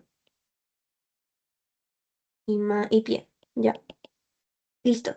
Entonces, en una imagen como lo vamos a ver aquí, tenemos ya esto está en su fase de yema, ya ven que está un poquito más largo. Entonces, vemos que está teniendo una primera constricción acá, ocurre la primera constricción, y vemos que acá ya se está dando como que la segunda. Y aquí ya tenemos las dos, ya está presente las dos. Entonces, aquí de hecho se ve mucho mejor. Primero tendremos esto que se está formando, que sería como que la cea, ya va a pasar a su forma de yema. Aquí ha habido una primera constricción, si se dan cuenta, una primera constricción, que justo nos va a ayudar a delimitar brazo y antebrazo. Ya, primera constricción. Y la segunda, que estaría ocurriendo acá, vamos a hacerlo mejor de otro color, ¿ya? La segunda que estaría ocurriendo acá, para poder delimitar lo que va a ser antebrazo y mano, ¿ya? Y obviamente ya está dado la parte de la delimitación de brazo y antebrazo, ¿ya? Entonces, esta, la que está de rojo, sería la primera constricción y la que está de verde sería la segunda constricción, ¿ya? Y esto es lo que nos ayuda a delimitar las porciones que vemos en los brazos. Ahora, ya para la séptima semana, ya va a ocurrir lo que se conoce como rotación, ¿ya? Los brazos van a girar 90 grados lateralmente y las piernas van a girar 90 grados medialmente. Ahora, ¿qué quiero decir con esto? En un principio, bueno, creo que se apagó la cámara, no sé si voy a prender. Bueno, ahora sí, para que sobre todo me vean, porque esto quiero que lo entiendan un poco bien, porque es un poco confuso. Si yo les digo lateral y medialmente, de repente lo entienden, pero o sea, no se lo imaginan muy bien, pero ya. Tendríamos el brazo que está, bueno, en un principio como que así, ¿no? O sea, vamos a tener como que la mano así. ya, para que se llene un poco. Entonces, ¿qué tiene que pasar con el brazo? Tiene que girar 90 grados lateralmente, o sea que tendría que hacer como que así, ya, obviamente lo van a ver tipo así, ya, pero tiene que girar como que 90 grados para afuera, por eso es lateralmente, ya, justamente para que los pulgares queden afuera. Guíense de los pulgares, ¿ya? Afuera. Y ahora, las piernas ya también son las que van a girar 90 grados, pero medialmente. ¿Qué quiere decir? Que los pies, lo que están así, tendrían que girar para adentro. Y tendríamos los pulgares ya también para adentro.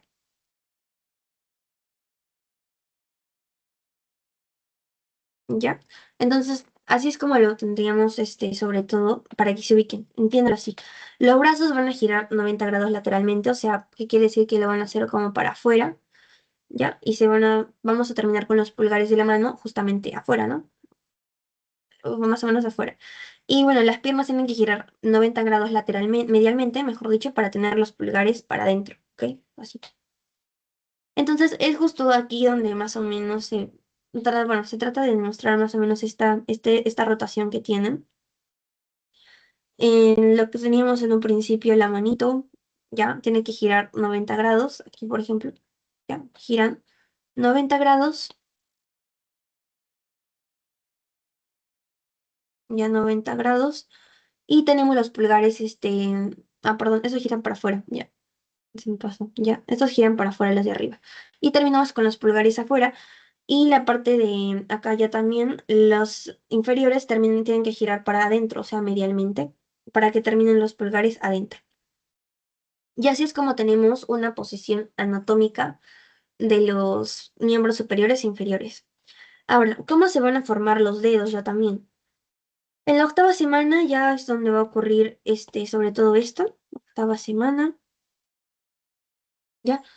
Donde ya vamos a tener básicamente todo formado, ¿ya? En la octava semana básicamente es donde terminan ya la formación de extremidades porque ya están casi totalmente formadas, porque justo a fines de la séptima, por ahí, en el día 48, va a empezar a haber como que apoptosis.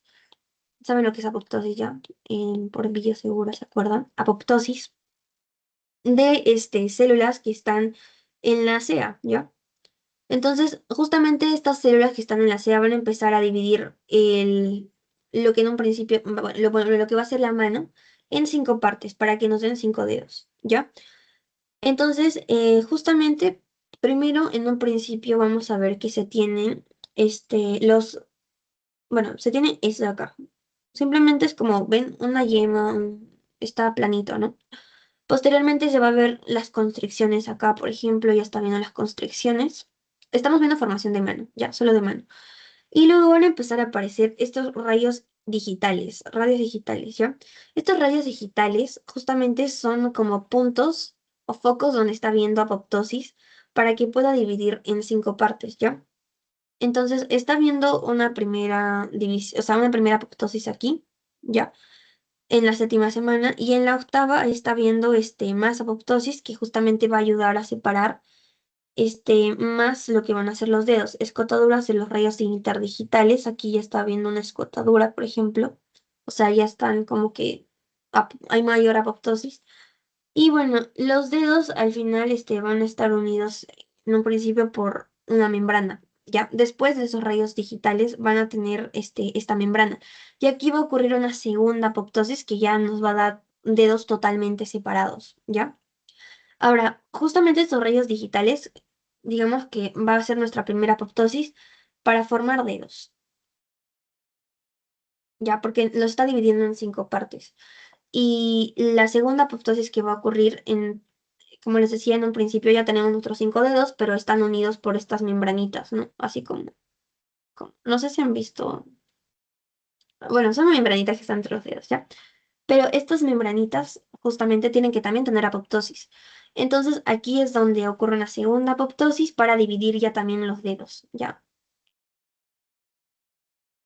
Y entonces es así que vemos acá, por ejemplo, varias apoptosis que nos ayudan a dividir estos deditos en 5 y luego nos van a ayudar a dividir posteriormente los dedos, bueno, mejor dicho, a dividir en 5 partes y luego nos van a ayudar a separar ya también los dedos, ¿ya?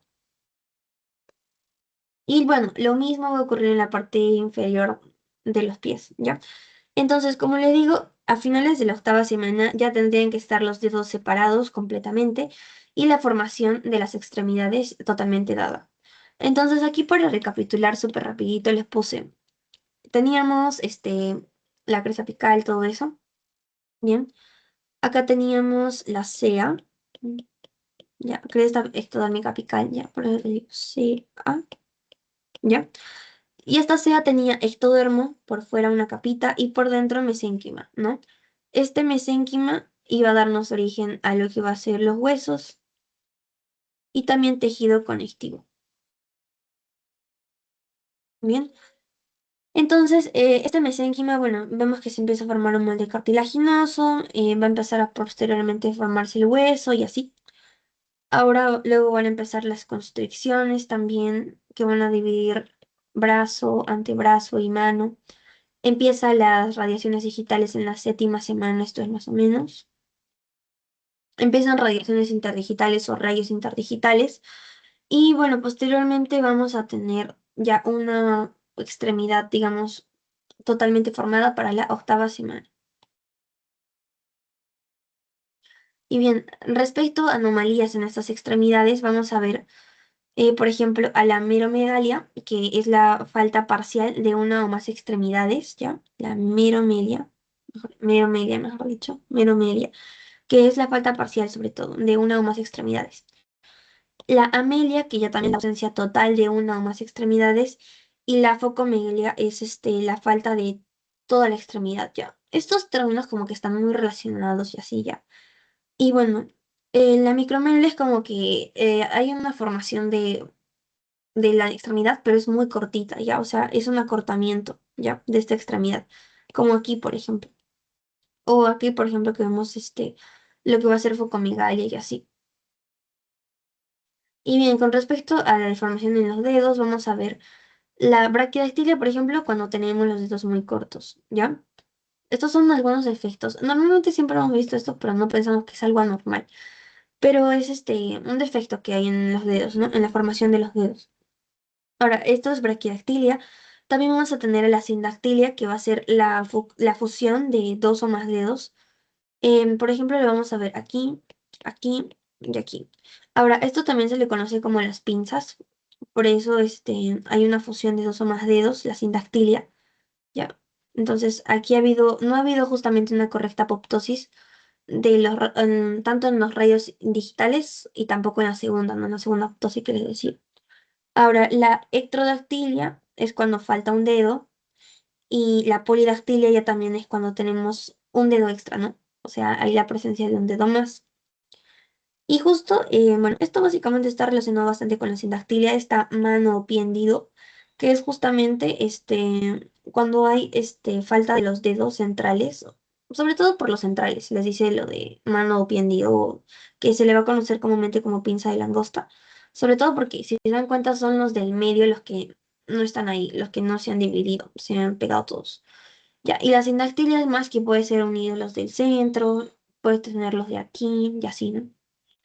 Pero lo de pinzas de langosta sobre todo porque digamos que no hay presencia de los dedos del medio.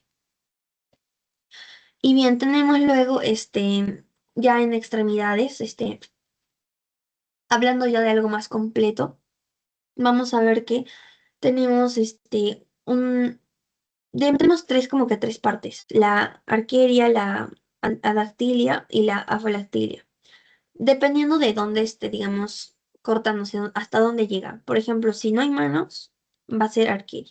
Si hay manos, pero digamos que te faltan, hay una pequeña porción de mano, pero te faltan los dedos, ¿sí? La adactilia, y bueno, si solo te faltarían los dedos, la afalactilia.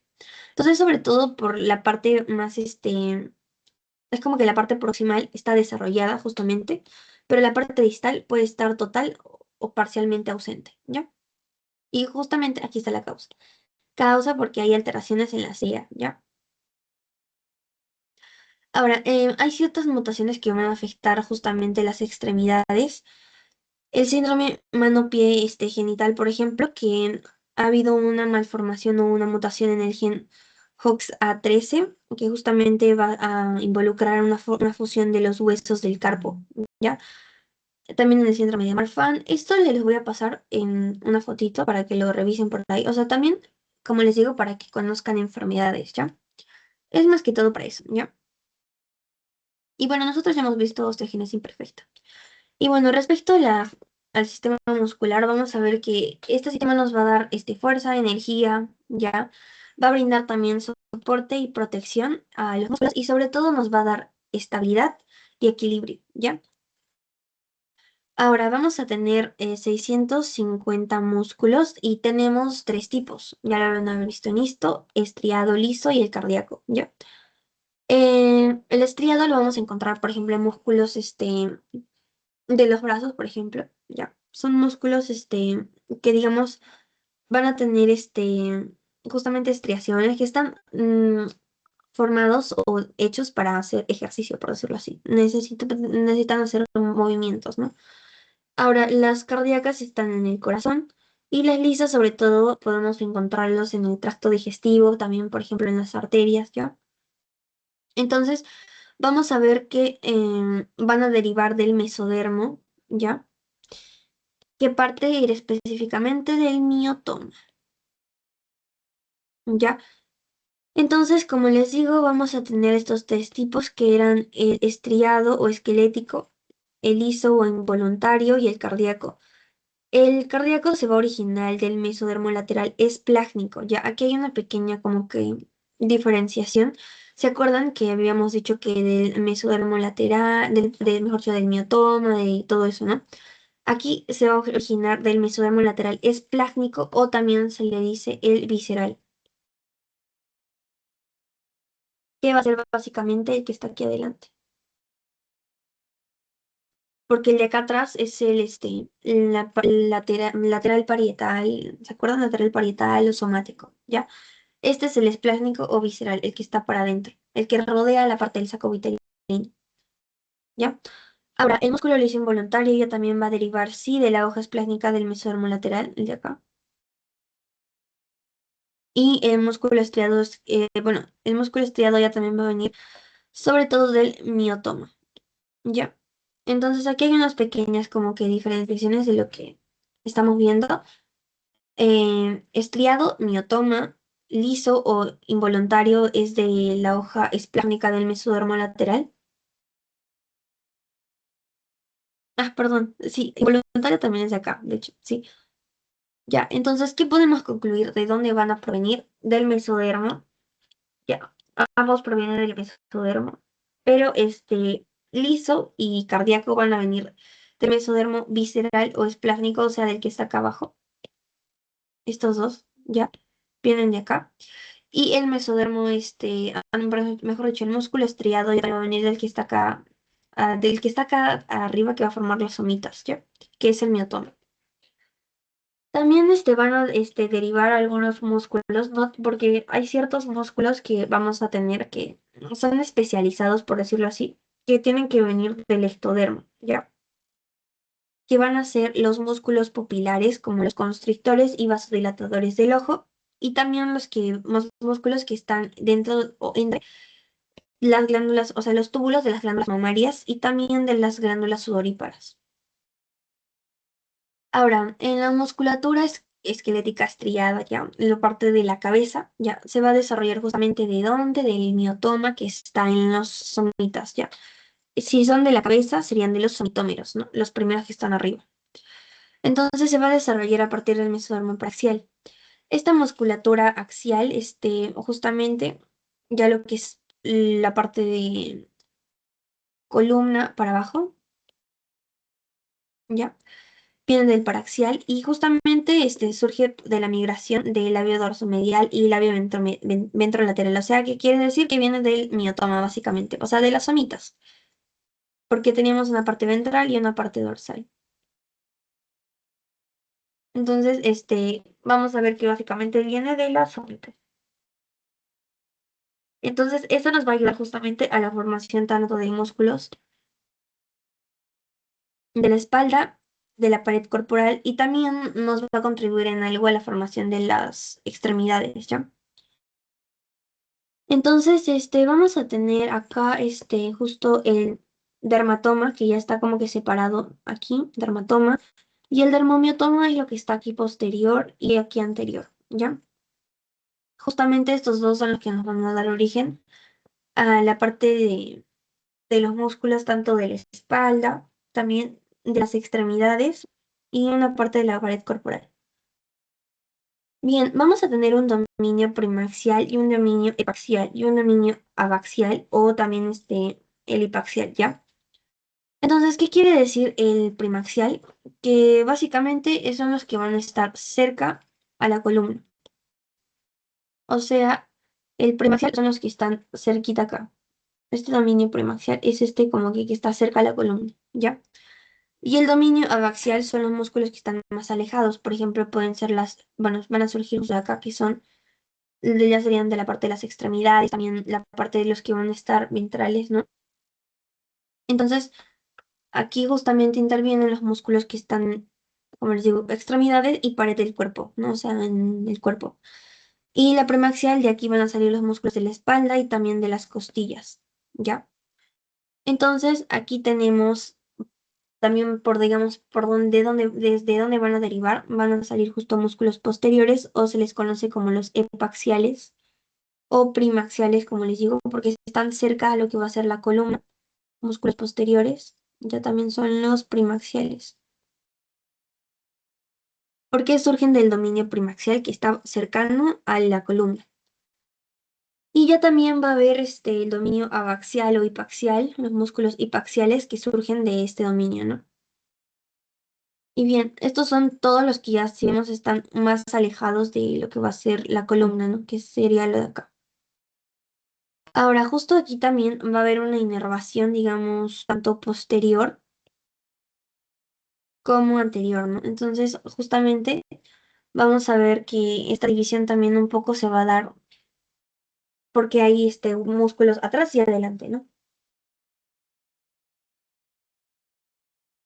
Ahora, respecto a lo de que la regulación molecular de esta formación del sistema muscular depende del dominio. En el dominio abaxial, que es lo que está más lejos de la columna, la vamos a decir así más lejos, va a estar regulada sobre todo por el BMP4, ya que lo va a dar el mesodermo lateral, y también el factor de crecimiento fibroblástico y el WNT, ¿ya?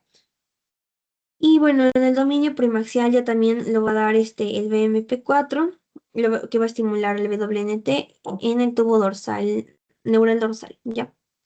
Y es ahí donde se va a dar justamente la formación de lo que van a ser los músculos del dominio premaxial y del dominio abaxial. Ahora, los factores reguladores miogénicos, o sea, que van a formar músculo básicamente, ya van a decir, tú conviértete en una célula muscular, justamente. Van a hacer la diferenciación de músculo, van a ser el MIOT-D y el MYF5. Ya, estos dos son los más importantes, que van a ayudar justamente a la formación de músculo, de células musculares. Tenemos el MYF5 que les decía, se va a expresar, si dan cuenta, más en la parte primaxial o epiaxial, o sea, más posterior. Y bueno, respecto a otros lugares, ya depende de dónde vaya, van a estar los de las extremidades o de la parte de la pared, ¿no? Muscular. Y esto va a estar encargado de esto el MIOT-D, ¿ya? Entonces, ahí para que se diferencie. Y vemos nuevamente parte del músculo cardíaco. Todo esto que hemos visto es parte del músculo estriado, ¿ya? Ahora vamos con el músculo cardíaco que va a originarse, como les decía, del mesodermo lateral visceral, ¿ya? Del visceral. Que justamente, ¿se acuerdan que también había una pequeña porción en la parte cardíaca? No sé si se acuerdan de algunas imágenes, que teníamos incluso esta ventralización, por esta ventralización que había, se iba a formar el tubo neural, bueno. Justamente al momento en que se forma este tubo cardíaco, tubo neural, este tubo cardíaco, perdón, dije neural, es cardíaco, este tubo cardíaco en esta formación, aquí es donde va a haber un pequeño, digamos, encapsulamiento, se va a llevar un poco de este mesodermo visceral que va a ayudar a la formación de este músculo cardíaco. Entonces, estos mioblastos que están aquí van a empezar a ser un poco diferentes o son totalmente diferentes a los otros dos tipos porque tienen unas estructuras que son discos intercalares. Estos discos intercalares son muy importantes para que el corazón funcione como un cisticio, o sea, que funcione como uno solo, ¿ok? Y que al momento de contraerse lo haga como una unidad, ¿ya? Entonces, las miofibrillas también, que son los cardiomiocitos o las células del músculo cardíaco, justamente van a ser diferentes, ¿no? O sea, son muy diferentes a las que hay en el músculo esquelético, ¿ya? Ahora, en la parte del músculo liso ya también, les decía que vamos a poder encontrarlo sobre todo en la parte del tubo digestivo y también en las arterias, ¿ya? O vasos sanguíneos. Pero arterias, porque las arterias son las que tienen músculo, ¿ya? Entonces se va a dar sobre todo por la formación por estos factores, el factor SRF, la miocardina y la MRTF, ¿ya? Ahora, si se dan cuenta también las células acá son muy diferentes porque son más como fusiformes. Estos son como un poco fusiformes, pero tienen estos discos intercalares que justamente los ayudan a conectarse entre ellas, ¿ya? Estos discos intercalares, ¿ya? Tenemos justamente a grandes arterias como la aorta dorsal, por ejemplo, que van a provenir tanto del mesodermo de la placa lateral y de la cresta neural. Ahora, las arterias coronarias ya también aquí van a provenir de la cresta neural, ¿ya? Y también tenemos células proepicárdicas, o sea, células que van a venir ya desde la parte de lo que va a darnos origen a la formación del sistema cardiovascular, ya, igual. Y bueno, en la parte de lo que es el tubo digestivo, en la parte intestinal van a venir justamente del mesodermo visceral y de la placa, bueno, del mesodermo lateral, específicamente del visceral, o sea, lo que está rodeando al saco vitelino, ¿no? Y bueno, músculo liso también se clasifica lo que van a ser los músculos que les decía, los esfínteres y dilatadores de la pupila que están en el ojo, los que están en las glándulas mamarias y los que están en las glándulas sudoríparas. Ya, eso también se clasifican como músculo liso, pero no vienen de ninguna de las capas del mesodermo. No viene del mesodermo, sino que viene del ectodermo, ¿ya? Y en respecto a malformaciones que va a haber en ese sistema muscular, son una ausencia total o parcial de justamente un músculo. Es muy frecuente, ¿ya? Ojo que no siempre suele ser debilitante, ¿ya? Entonces, dentro de estas formaciones puede haber la ausencia parcial o total de un músculo. También puede haber una secuencia que es la secuencia de Poland, que sobre todo es cuando hay la ausencia del pectoral, esta es la secuencia de Poland, que es cuando hay la falta del pectoral menor, ¿ya? Hay una falta total del pectoral menor, esto es total, y hay una parcial del pectoral mayor que está encima de este menor, ¿no? Ahora, puede también, digamos, haber la ausencia de lo que son los pezones, o también puede ser que estos estén desplazados, y también puede ser acompañado con lo que es la sindactilia, braquidactilia o el pectus excavatum, ¿ya? También por eso que se llama frecuencia de Poland. Luego tenemos al síndrome de ciruela pasa, ¿ya? Que es justamente así porque se ve como una ciruela. Se ve un abdomen bastante flácido, o sea, medio aguadito, ¿ya?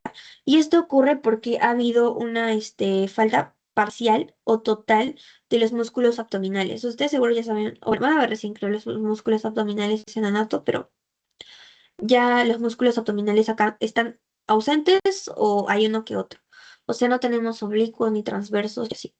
Tampoco estarían los rectos, sobre todo. Y bueno, acá va a haber sobre todo una característica que como es la ausencia de de estos músculos, se pueden palpar los órganos y bueno, obviamente puede haber malformaciones urinarias y como ven hay una distensión abdominal bastante grande. Y respecto a otras distrofias como ¿se acuerdan de la muscular de Duchenne? Bueno, esto sobre todo se da por una mutación en el gen de la distropina, ¿ya? En el cromosoma X. Y bueno, si se acuerdan, lo habíamos visto un poco en lo de Duchenne, ¿no? Ahora, la distrofia muscular de Becker también está ligada al cromosoma X también, y bueno, tiene una supervivencia hasta la adultez media. Entonces, esto más que todo les digo para que recuerden lo de tipo de las enfermedades, ¿no? Entonces, aquí estaríamos terminando y nos vamos a pasar con el pretest. Bueno, como no son muchos, no les puedo hacer las preguntitas que había preparado, pero bien. Entonces, vamos a hacer rápido el pretest.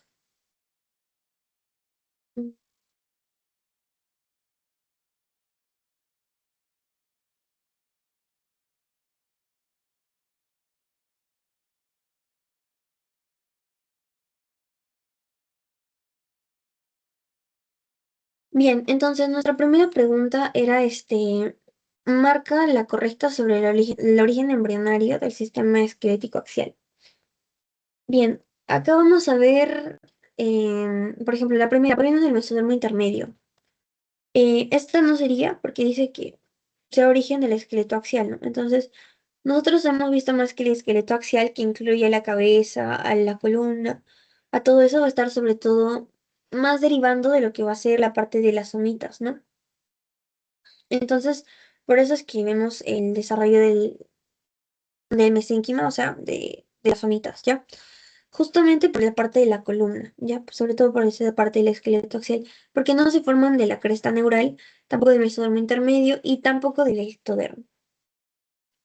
Ahora tenemos la siguiente, que es ¿cuál de las siguientes afirmaciones es verdadera respecto a la osificación de los huesos largos?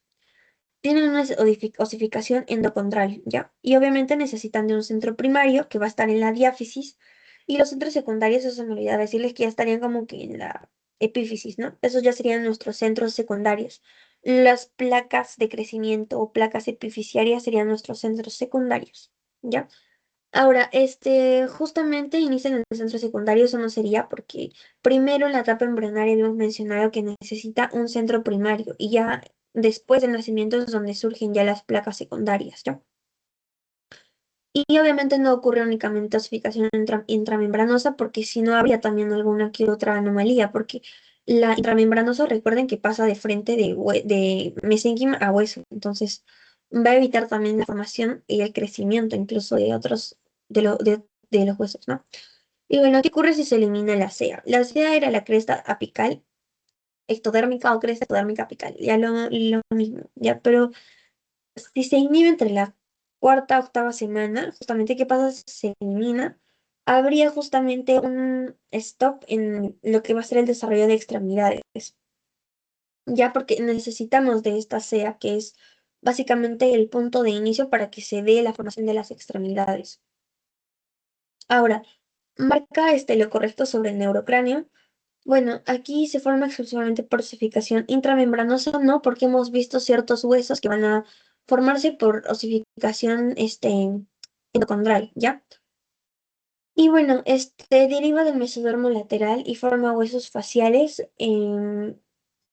Los huesos faciales, sobre todo, se formaban, habíamos dicho, por la cresta neural.